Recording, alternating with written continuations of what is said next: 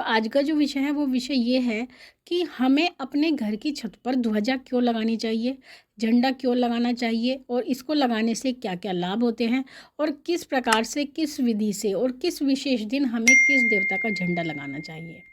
देखिए मित्रों, झंडा ध्वजा हर धर्म में प्रयोग की जाती है। हर धर्म में आपने देखा होगा झंडा लगाया जाता है, ध्वजा लगाई जाती है और इसका अपने आप में एक विशेष महत्व होता है।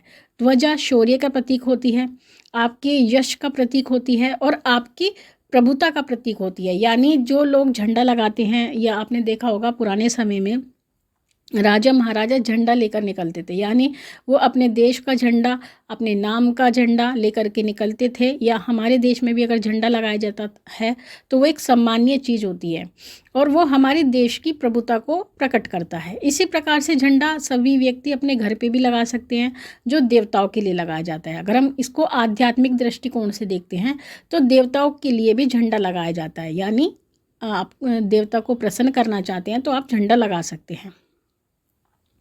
देखिए, ध्वजा क्यों लगाई जाती है? ध्वजा लगाने के कई कारण होते हैं। अगर आप ध्वजा लगाते हैं तो ध्वजा लगाने से आपके घर की जो नकारात्मक ऊर्जा होती है वो धीरे धीरे करके दूर हो जाती है और घर में सकारात्मक ऊर्जा का प्रवेश होता है।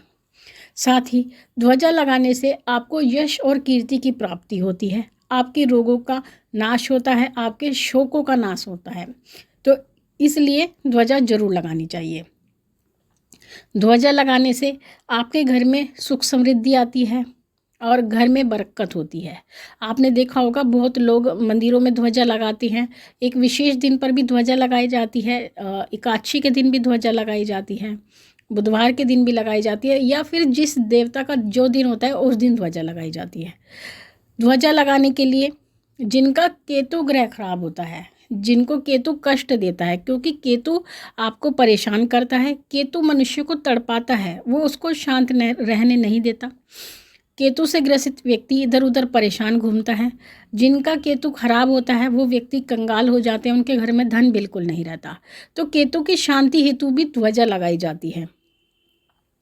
अब बात ये आती है कि ध्वजा हमें कहाँ लगानी चाहिए। देखिए, ध्वजा जो लगाई जाती है वो घर की छत पर लगाई जाती है और ध्वजा लगाने की जो सही दिशा होती है वो ईशान कोण होता है। ईशान कोण यानी पूरब उत्तर।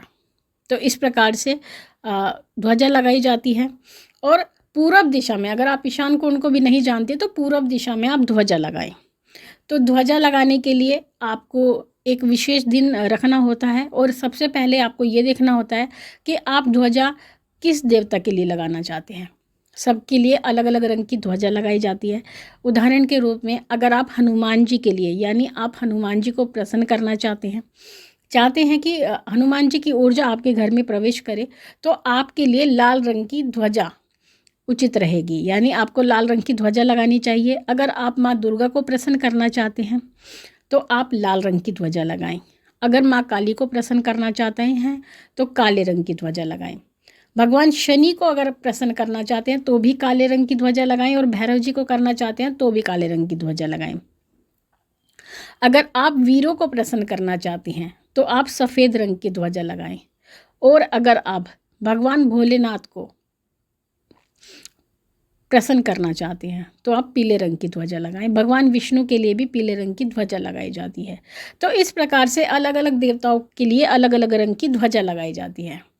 और ध्वजा लगाने के लिए आपको ये ध्यान रखना है कि ध्वजा हमेशा बाँस पर ही लगाएं, यानी बाँस पर ही आपको वो ध्वजा लगानी है। अन्य लकड़ी का प्रयोग आपको नहीं करना है, क्योंकि ठोस लकड़ी पर ध्वजा नहीं लगाई जाती है। ध्वजा लगाने के लिए भी एक दिन विशेष होता है। जिस देवता की आप ध्वजा लगाते हैं आपको उसके दिन पर ही ध्वजा लगानी चाहिए। जैसे कि अगर आप भगवान भोलेनाथ की ध्वजा लगाना चाहते हैं तो आपको सोमवार को ध्वजा लगानी है। अगर हनुमान जी की लगाना चाहते हैं तो मंगलवार को लगाएं और गणेश जी की लगाना चाहते हैं, भैरव जी की लगाना चाहते हैं तो बुधवार में लगाएं। माँ दुर्गा की लगाना चाहते हैं तो अष्टमी में, नवमी में या चतुर्दशी में लगाएं।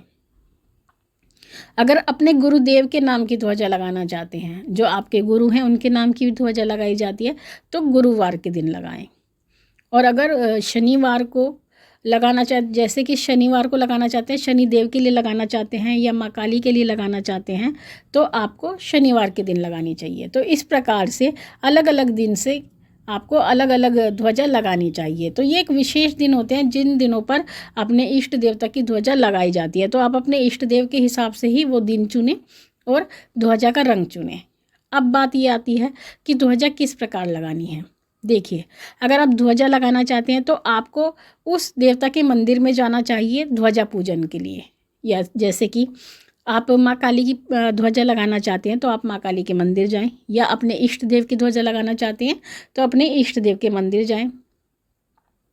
उसके बाद में मंदिर में जाने के बाद में आपको ध्वजा पूजन करना चाहिए, या पंडित जी से कराएं या आप खुद कर लें। तिलक लगाएं ध्वजा पर रोली चंदन का, जिस प्रकार से पूजन होता है उसी प्रकार से पूजन कराएं। उसके बाद में आपको घर लेकर ध्वजा को आना है और ध्वजा को अपने घर की छत पर लगाना है, और उस झंडे को घर ला करके छत पर लगाएंगे। और जब छत पर लगाएंगे, क्योंकि पूजन के बाद ही शक्ति झंडे पर विराजमान होती है, और जैसे ही आप झंडे पर झंडा लगाते हैं तो जिस देवता की भी शक्ति के लिए आपने वो झंडा लगाया है, जिस इष्ट देव के लिए भी आपने वो झंडा लगाया है, उसके ऊपर उस देवता की शक्ति विराजमान हो जाती है। तो जब शक्ति विराजमान होती है तो वो आपकी रक्षा करती है। तो झंडे की इतनी बड़ी विशेषता होती है। झंडा लगाने के लिए आपको कोई भी रंग का वस्त्र जो भी लेना है, कोशिश ये करें कि आपको ऐसे वस्त्र का चुनाव करना है। रेशमी वस्त्र करते हैं अगर आप, कि रेशमी वस्त्र की ध्वजा लगाते हैं तो सर्वोत्तम है। और कोशिश ये करें कि आप इस प्रकार के कपड़े का चुनाव करें जिसका रंग ना जाए, जिसका पक्का रंग हो, वही कपड़ा आपको प्रयोग करना है ध्वजा लगाने के लिए। झंडा जितना ऊंचा लगाया जाता है, जितना ऊंची ध्वजा आपकी होती है, उतना ही अच्छा होता है, क्योंकि जितना ऊंचा ध्वजा आप लगाते हैं उतनी ज़्यादा तेज़ हवा उसके ऊपर आसपास गुजरती है और हवा में वो लहराता रहता है। आपने मंदिरों में भी देखा होगा, जो भी ध्वजा लगाई जाती है वो ऊंची लगाई जाती है। तो इसका कारण यही होता है कि जब ध्वजा हवा के संपर्क में आती है तो ज़्यादा लहराती है, और जैसे जैसे वो लहराती है आपके कष्ट कटते रहते हैं।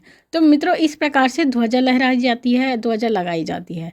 तो आप भी अपने घर में ध्वजा अवश्य लगाएं, जिससे आपको अपने इष्ट की कृपा प्राप्त हो सके। बहुत ही आसान तरीका है। साथ ही अगली वीडियो में मैं आपको बताऊंगी कि ध्वजा के माध्यम से आप किस प्रकार से मंत्र जाप करवा सकते हैं। यानी जो ध्वजा लगाई जाती है उसके माध्यम से भी मंत्र जाप किए जाते हैं, और उसका फल आपको उसी प्रकार से प्राप्त होता है जिस प्रकार से आप स्वयं मंत्र जाप करते हैं। तो मित्रों, अगली वीडियो में आप ज़रूर सुनना, ये एक बहुत ही महत्वपूर्ण जानकारी है। आप चैनल से जुड़े रहना, तभी आपको अगली जानकारी प्राप्त हो गई।